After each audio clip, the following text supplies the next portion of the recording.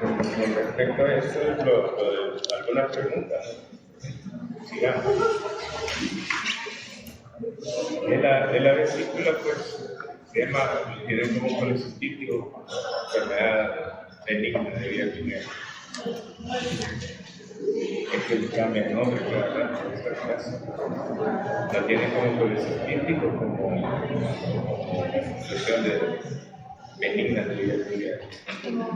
Patología benigna. Bueno. Entonces, aquí lo que sucede es que vamos a hablar de colecistitis, porque el tema lo amerita, ¿verdad? Porque la causa más frecuente de colecistitis es la inflamación de la vesícula biliar, prácticamente un 90-95% por cálculo. Entonces, de anatomía, lo más importante es el tamaño de la vesícula, puede medir de 7, 8, 10 centímetros, ¿verdad? Con una capacidad de almacenamiento de 30 a 50 ml de bilis, pero que esta vesícula tiene una característica bien interesante, que prácticamente absorbe electrólitos líquidos, entonces concentra la bilis y la puede concentrar hasta 10 veces ese valor. Entonces, al final, pues está bien concentrada la bilis que está en la vesícula, se vuelve más oscura, más viscosa, en comparación a la bilis que existe en la vía biliar, que es como ámbar, como aceite de oliva, parecido como miel, ¿verdad? Y a la vesícula se le identifican 4 funciones. En algunos libros de anatomía solo describen 3, el fondo, cuerpo y el cuello, pero aquí se describe el fondo del cuerpo, que es esta, la parte más grande, el intestíbulo, o bolsa de Hartmann también, y lo que es el cuello de la vesícula, que es la parte final, antes de convertirse o de llegar en continuidad con el conducto cístico. Esas son como las cosas generales. Y otras cosas importantes son esto. Lo que me interesa es que se aprenda que es el show de la pared de la vesícula. ¿Alguien sabe cuánto me falta?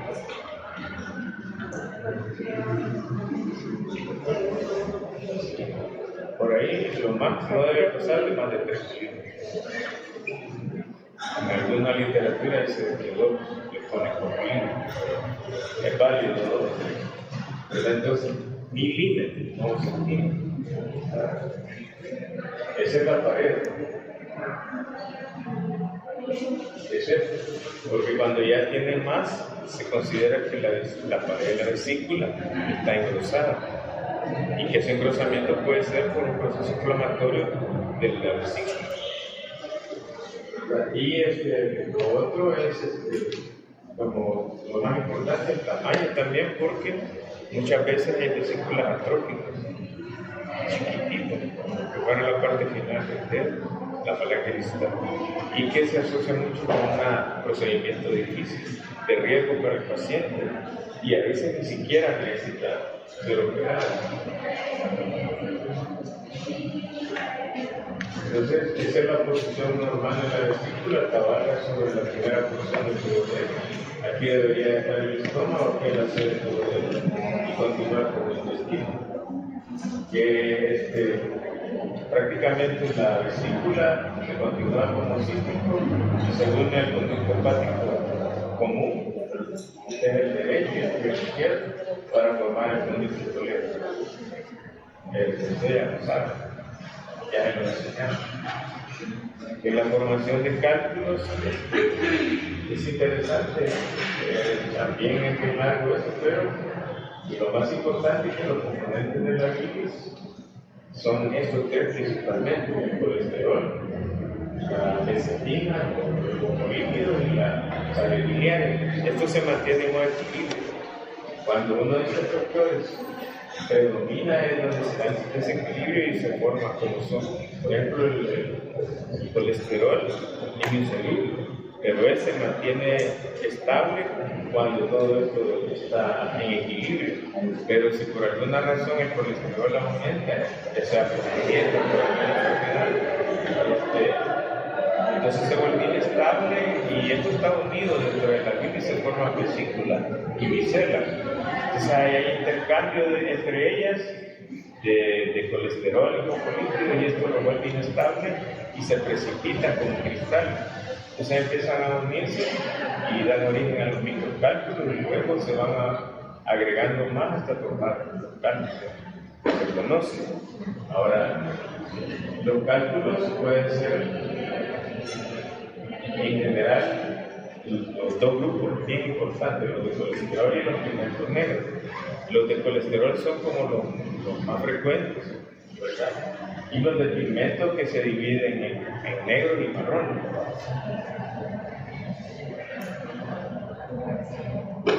Es que con respecto a los de colesterol, que son los más frecuentes, se caracterizan, predomina el colesterol y son grandes. Son bastante firmes, aunque algunos pueden llegar a ser un poco grosos, pero son de gran tamaño y no son muchos.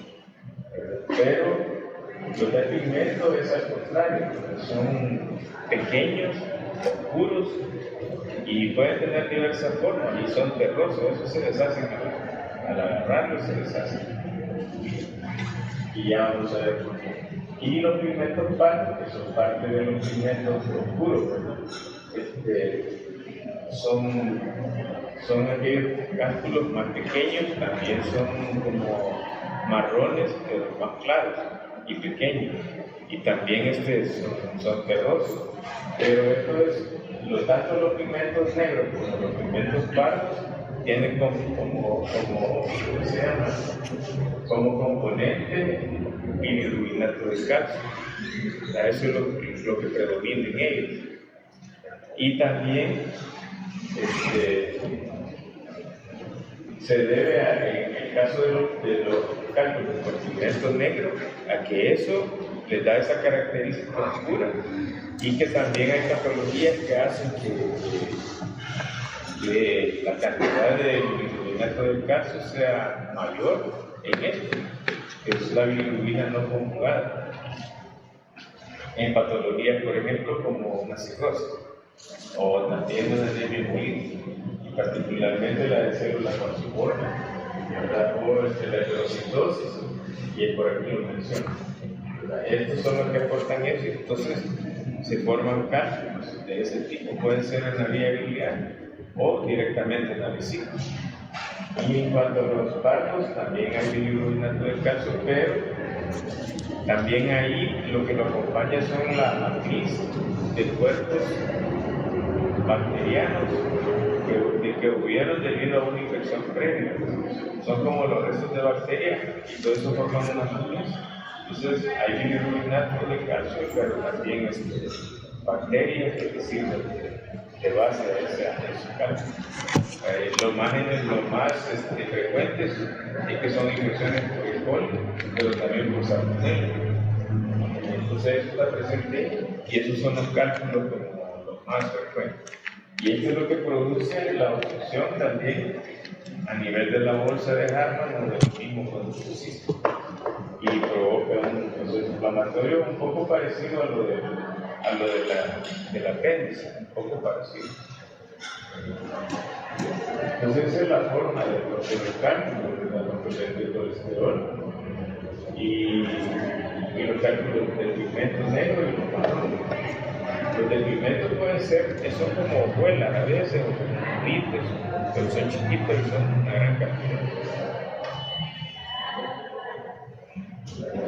Factores de riesgo para litiasis, para que tengan cálculos, son estos 5 sobre todo, que son las 5F, y que corresponde a pacientes de 40 años, pacientes obesos, pacientes de edad fértil, del sexo femenino y anglosajones de la raza blanca. Entonces, pero hay otro montón de factores que pueden involucrar que uno pueda presentar en el futuro por las afectaciones, infecciones biliares, enfermedad de Crohn, cirrosis, Bueno, y lo que acabamos de mencionar, ¿verdad? Los trastornos hematológicos, las anemias que acabamos de mencionar. Entonces hay una gran cantidad. Por eso es que uno debe de entrevistar al paciente para ver, tratar de investigar la causa de eso. Ahora, en sí tenemos definiciones, ¿verdad? Porque nosotros, la presencia de cálculos puede haber en la población muchos que no tienen, que tenemos cálculos que estamos aquí en el público y que nunca se han hecho, o no hemos hecho un ultrasonido. Y nunca les ha dado síntomas, pero podemos hacer cálculos, ¿verdad? Y esa presencia de cálculos que no manifiesta o no da síntomas se llama corieliasis asintomática. Pero tenemos la otra que sí es la que consulta en hospitales, en consultas privadas, en emergencias de los hospitales, que es la colicitis sintomática. Esa es la que da problemas y por eso terminan consultando y terminan operando. Entonces, ¿cómo puede debutar alguien que tiene cálculo? Puede debutar con un cólico biliar o puede debutar de una sola vez con un cuadro de colicistitis aguda. Esas son las comunicaciones, porque existe esta otra que está aquí como colicistitis crónica, pero son pacientes que ya han presentado previamente cuadros y que a veces ya tienen hasta el diagnóstico, pero nunca han querido atenderse o operarse. Pero estos dos son así. ¿Qué es lo que presenta este paciente? Ya lo vamos a ver. El cólico biliar es así, se manifiesta en primer lugar por el dolor cólico, porque hay una contracción de la vesícula tratando de vaciar la bilis en contra de un cálculo que está subiendo la parte distal o más estrecha de la vesícula. Entonces hay un dolor cólico que está en el hipocondrio, que ahí tiene la característica que puede irradiarse a la escápula del mismo lado, presentar náuseas, vómitos y el típico dolor en el hipocondrio derecho. Entonces, y también este dolor se presenta, muchas veces lo desencadena la ingesta de alimentos ricos en contenido graso. Pero hay unas cosas que son interesantes. Por ejemplo, el paciente no va a presentar fiebre y no tiene un signo de Murphy cuando lo exploramos. Y esto todavía es lo mágico, la clave más importante. Este dolor tiene poca evolución en el tiempo y puede ceder espontáneamente porque tú le has dado medicamentos en menos de 6 o 8 horas, 15, 4 o 6 horas. No hay un rango así específico, depende de la fuente que tú consultes.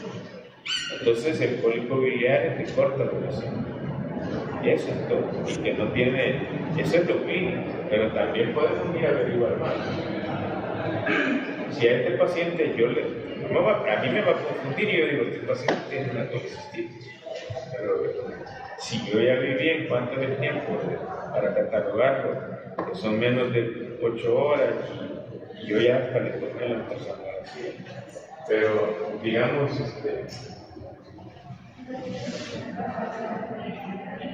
le voy a tomar exámenes. Yo le mando un leucograma y le mando pruebas de función hepática.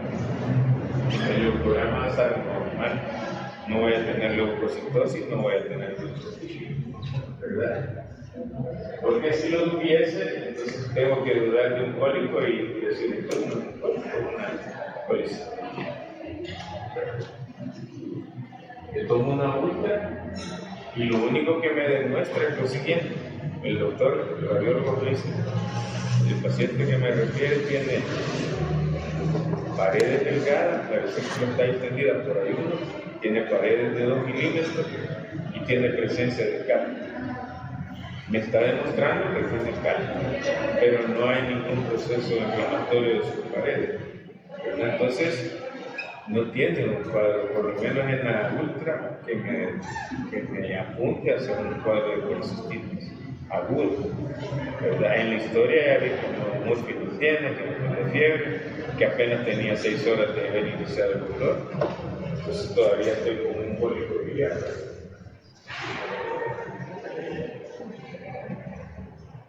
Y que si eso sucede, yo ya lo puedo catalogar, porque ya tengo el diagnóstico con la ultra, como un cólico biliar.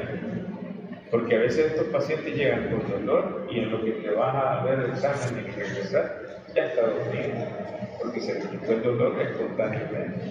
A veces porque nosotros le hacemos el diagnóstico y en la emergencia media hora de final. Y entonces cuando ves la ultra y los exámenes, dicen, no, pónganlo ya para el dolor. Y se le quita casi inmediatamente. Entonces, ese es un cólico biliar. ¿Y cómo lo manejo? Bueno, este paciente lo puedo operar, pero no es una urgencia. Lo voy a mandar a la consulta externa de cirugía para que si es joven, no va a necesitar mayor paso. Para que le completen exámenes, donantes y lo vamos a operar dentro de un tiempo X por la paroscopía. Entonces, no es una emergencia. En cambio, la colecistitis sí es un proceso igual, ¿verdad? Porque esa es la confusión. También hay dolor cólico, náuseas, vómitos, ¿verdad? Pero a diferencia de lo de la vesícula, del cólico biliar, aquí vamos a tener esto. Hay fiebre, hay presencia de fiebre. Y dependiendo de la severidad del cuadro, puede ir aumentando la fiebre o del compromiso de la vesícula, ¿verdad? Y cuando nosotros evaluamos el signo de Murphy, es positivo. Ya este clínico, hay sensibilidad, el paciente le preguntamos desde cuándo está con ese dolor y les dice que un día, que tiene más de 24 horas, ya por eso no puede ser un cólico biliar. Y toma su examen que tiene 15.000, o tiene 20.000. El paciente está con un proceso severo, por lo menos infeccioso, de la vesícula. Ya tenemos que investigar qué es. Y entonces lo que hacemos es enviar la ultrasonido, porque ese es el gol estándar para diagnóstico de colitiasis. Y ahí lo que me va a responder otra vez el radiólogo, el paciente que tengo yo, tiene paredes gruesas y me dice cuánto, 5 milímetros, 6 milímetros. Y presencia de carne. O me puede decir que este paciente tiene engrosamiento y tiene signo de doble pared. Ya vamos a ver. Entonces, sí, ya tengo la clínica, tengo el laboratorio, tengo el laburo, tengo el tiempo, porque tiene más de un día. Entonces, yo puedo decidir ahí que si este paciente es un paciente joven, que no tiene factores de riesgo, de diabetes o hipertenso, yo solo le tomo exámenes y si no mejoran los exámenes, yo lo creo. Se me convierte en algo agudo, pero si este mismo paciente yo le doy antibióticos, va mejorando, pero no tiene 30 años, digamos que tiene 60, es hipertenso, es diabético, y ni siquiera se toma los medicamentos, llega descompensado, es un riesgo que yo lo opere porque tal vez no se me va a complicar por la cirugía, pero sí por la parte de las comorbilidades que tiene. Entonces, como va mejorando, este sí respondió a los antibióticos, a los antiinflamatorios, y cada leucograma de control es menor, va descendiendo, la proteína C reactiva va abajo, el dolor ya se dio. Yo mejor lo preparo para una cirugía de lesión. Ahora, si este mismo paciente no responde, tendría que abandonar si lo pregunto. Entonces, esas son las conductas que uno va tomando después de la actual. Entonces, el nocturno hay varias formas de evaluarlo. Se puede trazar una línea imaginaria de la línea media circular y donde corta el borde externo del reborde costal derecho, ahí puede evaluar, y el otro es el que tiene aquí, el relacido, ¿verdad? al ombligo, y donde corta también el rebote costal, ahí puedo estimular esa zona. Puedo hacerlo manual o bimanual, y lo que hago es pedirle al paciente que respire y a una inspiración profunda, y en ese momento yo lo presiono. Si el paciente para por el dolor, para la inspiración, entonces eso será como positivo, y eso sí de muy positivo. Pero hay otras formas de hablar. Ahora, en la colectiva, yo mando unos exámenes que le mandé al familiar, pero en el programa yo sí voy a tener ya alterado. Mando pruebas de todo esto, como las amenazas, y todo esto tiene que estar renovado. El hecho de que tenga fiebre, dolor, inflamación, una polinitis alteración de la sustancia alcalina o de la bilirrubina, porque entonces yo lo detecté. Y eso me haría sospechar de otra complicación diferente. Hay algunas salvedades, pero son raras.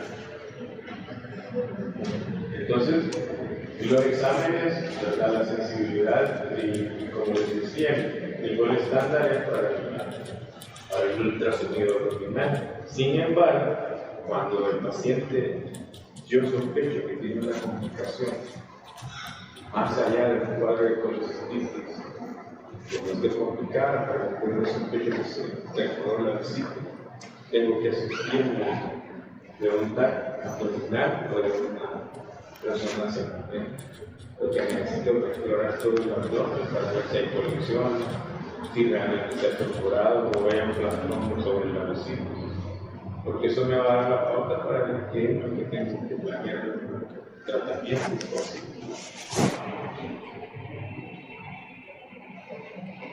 Entonces, en el ultrasonido yo puedo detectar cosas como no obligar, esto podría ser un cálculo, crear una ventana acústica, porque el ultrasonido al principio es el sonido que pasa a todos los tejidos, y dependiendo de la resistencia, pues al rebote del sonido se forma la superficie del órgano que yo estoy evaluando, y en un tono de grises, ¿verdad? Él va interpretando qué es lo que ve.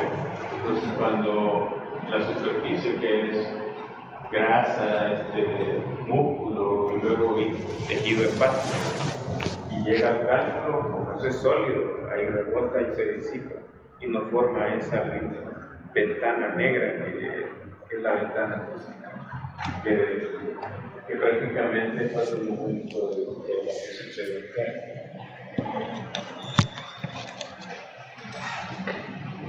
el tratamiento, pues ya se lo mencioné, primero lo visualiza porque es una colecistitis, más si tienen el leucoprama abdominal, y más si tienen enfermedades asociadas que hay que corregir, que estabilizar.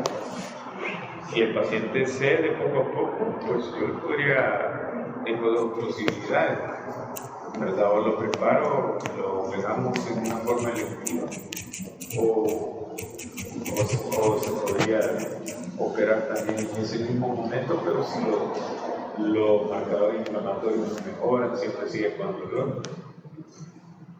Y también ya le he estabilizado los problemas metabólicos o de comorbilidades que tengo.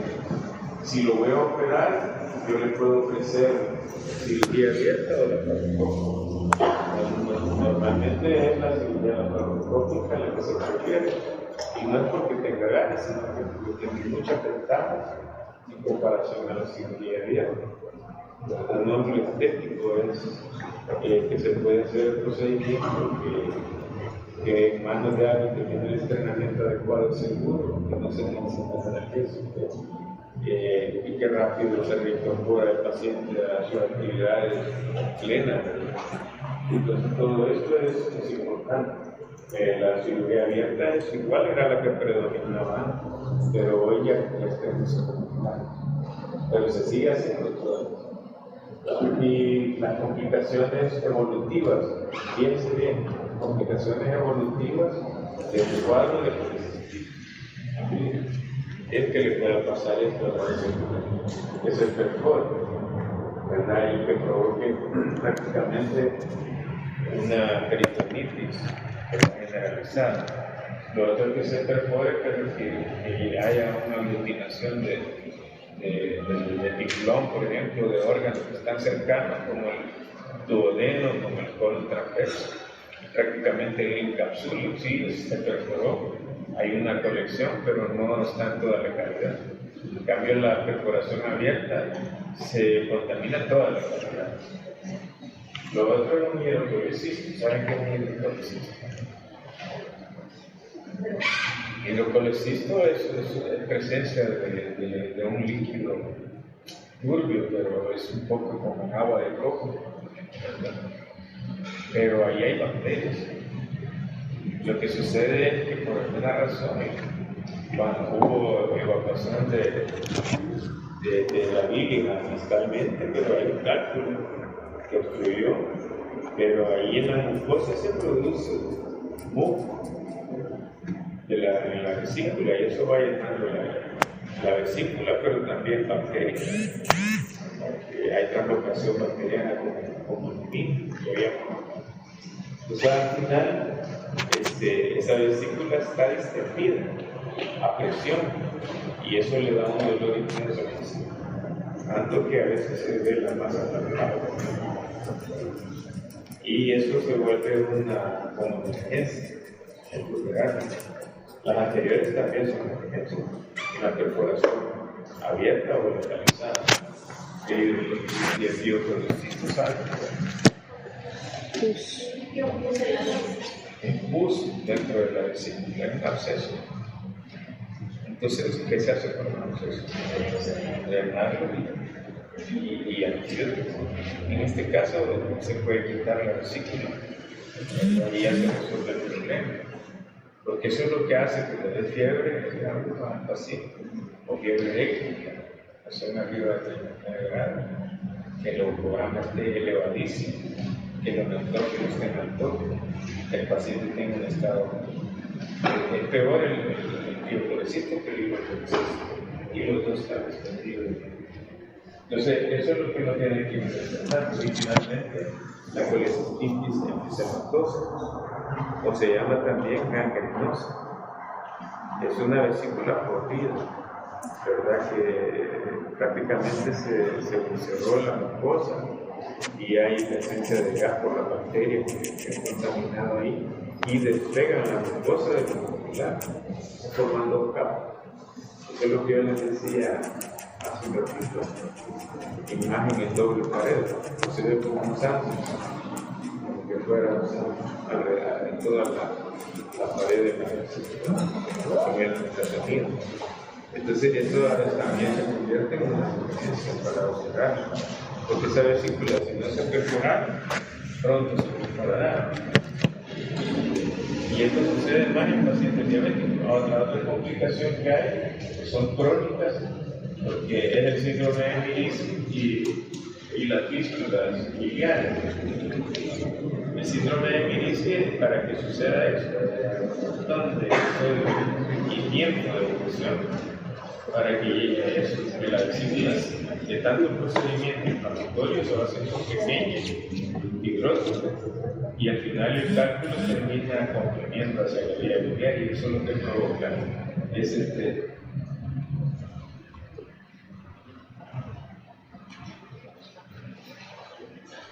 iba a decir, entonces iba a provocar eso. No es una complicación aguda, el síndrome de Ménicis es una complicación crónica. No se equivoquen, eso es una de las complicaciones agudas y cualquiera. Esto no se hace de día o semana, se hace con el tiempo, años, meses. Entonces, y el otro es una fístula, pero esto no lo quiero. Y el síndrome de Ménicis es una clasificación médica. Pero lo que pasa es que no es para. Pero si les interesa, pueden mirar la literatura de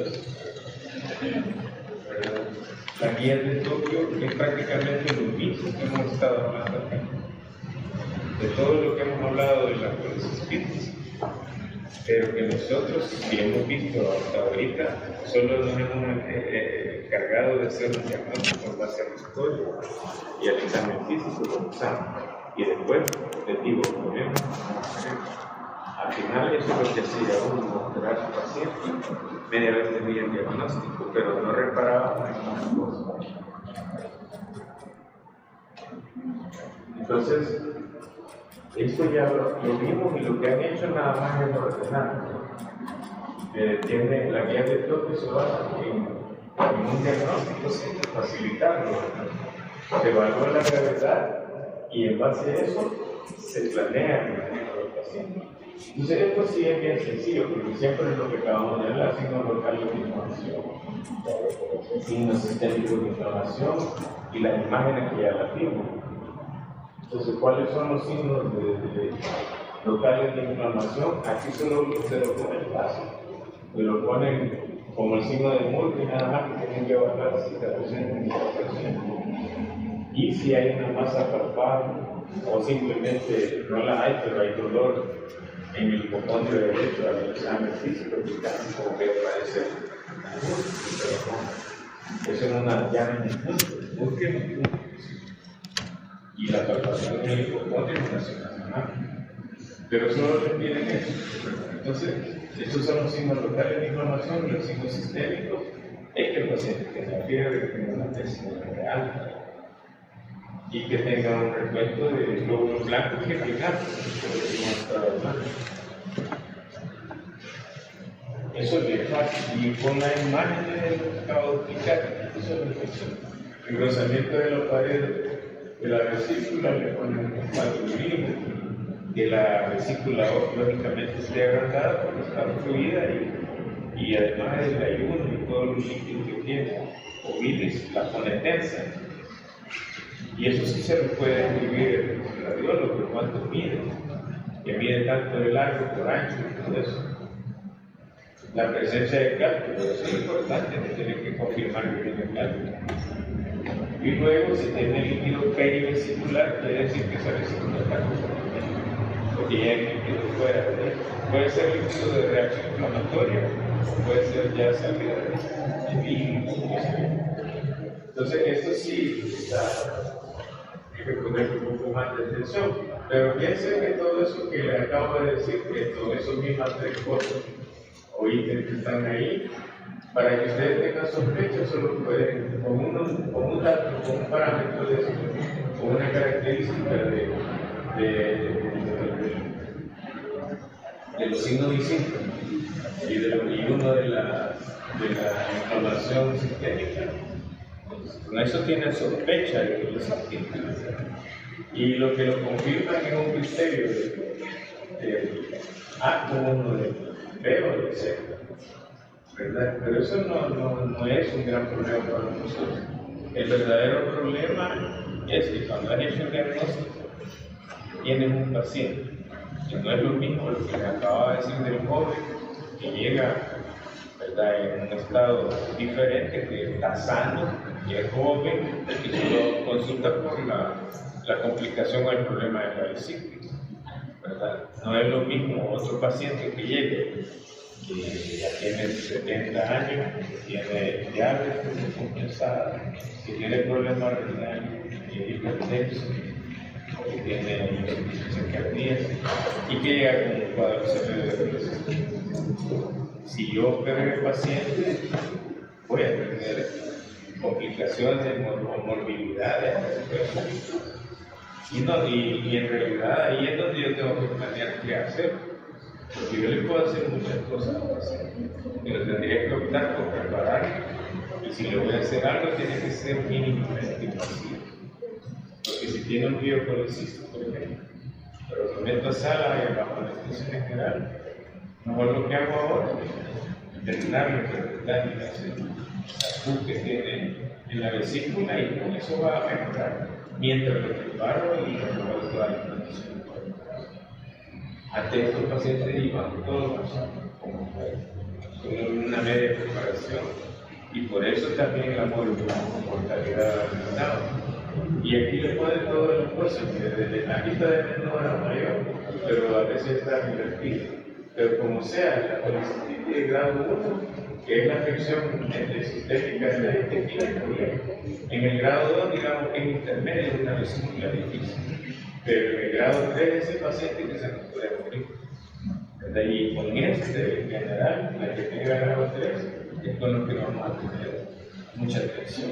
Probablemente no lo vamos a interesar, aunque sea quirúrgico, porque vamos a diferir de alguna manera, o si se le va a hacer algo, que sea algo no invasivo, ¿verdad? Que le resuelva o le ayude a mejorar el cuadro para luego operar. Entonces, las guías de propio son más que todo haciendo énfasis en esta parte.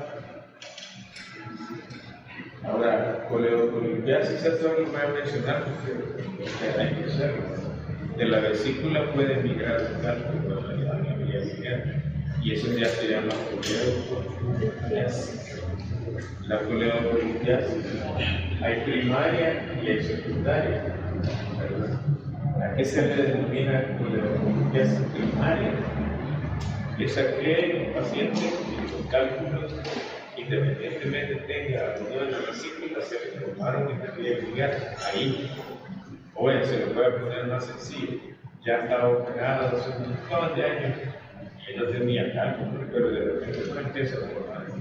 Eso es una coleocolumbiasis primaria. Y la secundaria, esa siempre todas las veces va a ser de un cálculo que desciende desde la vesícula hasta la vía biliar. Ese es coleocolumbiasis secundaria. Y lógicamente el paciente va a poner aquí, va a doler, no va a ser tan localizado. Pero como está en otra zona y más profundo de la vía biliar, va a haber dolor, va a haber ictericia, va a haber cáncer, pero no va a haber signos de Pupfield, porque en primer lugar no hay la vesícula y es la materia. Entonces, todo eso que le he mencionado, va a haber alteraciones en los exámenes, puede haber leucocitosis moderada, puede haber la poca tasa, la alcalina, la transaminasa. Todo eso sí lo está alterando. Y la ultra lo que nos dice a veces si es capaz de ver, porque depende si es un operador dependiente del que le puede decir que logra ver dilatada en la vía biliar, pero en realidad es bien difícil. Entonces, el gol estándar para hacer diagnóstico de coleocolumbiasis tiene que ser el C, o la angiopancreatología retrógrada endoscópica, que es una endoscopía que pasa del estómago al duodeno y a nivel de la ampolla. Ahí meten un catéter y hacen un estudio con material incorrecto y ahí dibujan todo el árbol biliar y ven que tiene cálculo. La ventaja de esto es que, además de ser diagnóstica, lo pueden extraer en el mismo momento y se convierte en diagnóstica y terapia.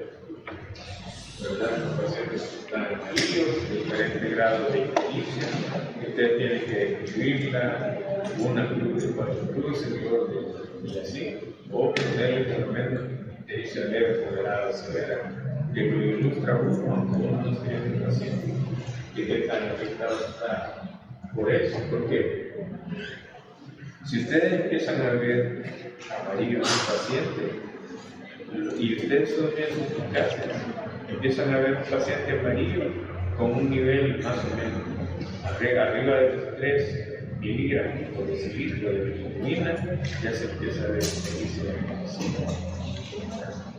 Si ustedes tomaran un examen a ese paciente que tiene una ictericia bien leve, que casi que son ustedes, ¿vale? Más o menos ese valor de 2 o 3. Entonces, ya dijimos que el tratamiento el diagnóstico y tratamiento puede ser por el CEP o ERCP, como se llama, que es una endoscopía que entra a través de la ampolla de Barber y ahí extraen el cálculo. Este es el colágeno que toman a través de un CEP. Entra el aparato para la segunda porción y mete el catéter y mete el material de control. Este es un colágeno normal. no hay nada de esto. El árbol ya se ve perfecto y hasta logro ver la vesícula, en la vesícula. Pero es un cepe también que hizo Polanco y vean la gran cantidad de carne adentro. Muchas veces esas no son tan fáciles de extraer. Se tiene que hacer abierto o lo tienen que quebrar, fracturarlo, ¿verdad? Por láser o hay momentos. Entonces esto es lo interesante, y cuando el paciente tiene mala suerte y se estudió y también se infectó la litis, se convierte en un problema denominado colangitis. La colangitis tiene una tría, ¿verdad?, que lo diagnostica y es bien característica. Es la tría de Charcot. La tría de Charcot es dolor en el pulmón que se dice fiebre. Y eso es un cuadro grave, porque el pus no es la vesícula, sino que es el dolor. ¿Y qué es lo que hay que hacer con eso? Con absceso, drenar y antibiótico. ¿Con qué método lo voy a tratar? Con el cepo. Eso es lo que me va a salvar al paciente, porque va a llegar a traer los cálculos y a drenar. Ya prácticamente ya esa parte ya se hizo y hay que darle la terapéutico como que muchas veces estos pacientes están en una situación delicada y acá cuando le hacen todo esto, y a veces necesita inclusive atenderlo en unidades de cuidados intensivos. Si esto no se hace nada, esto puede progresar todavía a un cuadro más grave, donde hay un problema neurológico real que se convierte ya prácticamente en, bueno, se la queda hecha pero es esto lo que me refería. Tiene la tríada, pero se agregan otros dos ¿cómo se llama? Allá, que es hipotensión debido a la sed, y también el trastorno del sensorio o déficit neurológico. Y este cuadro sí tiene una mortalidad mucho más elevada. A veces ya no funciona hacerlo drenaje y a veces el paciente falla, porque crea una respuesta sistémica, todos los órganos empiezan a fallar y el paciente cede de esto. Siempre necesita reanimación antibiótico, drenaje de la vía aérea, pero ya en la evolución ya no va a ser lo mismo. Y los antibióticos son antibióticos bien perfectos. El manejo ya venimos con el concepto de antibióticos. Bueno, si el paciente tiene comorbilidades, ¿qué complicaciones puede tener una colangitis o una terapia remota?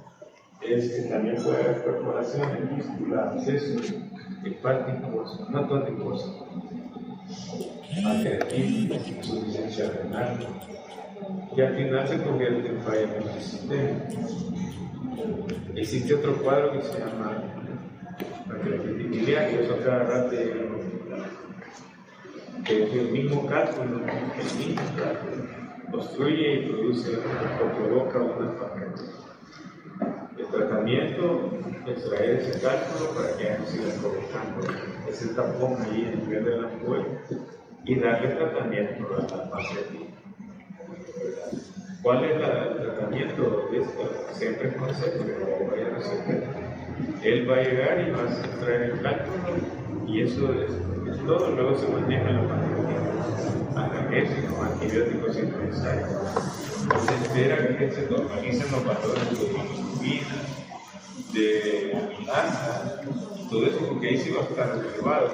Y pasa amilasa en las pruebas de función hepática. Cuando ya está listo, está normal, se le opera lo de la vesícula y se acabó. Pero lo único que le quiero aclarar es que a veces hacen pancreatitis, o son pancreatitis leves o son pancreatitis graves. Y la grave sí tiene una morbilidad importante. Y finalmente la colecistitis aguda acalculosa, que esto no es parte del tema, pero provoca también colecistitis. Y esto se da en pacientes diabéticos con trauma severo paciente gran quemado y con trastorno hematológico. O sea, no se les demuestra la presencia de cáncer, pero si sus paredes están engrosadas, los programas están altos, tienen neutrofilia, y el estado del paciente. Tú examinas el hipocondrio, hay sensibilidad. Yo creo que será todo. No sé si tienen preguntas, creo que no.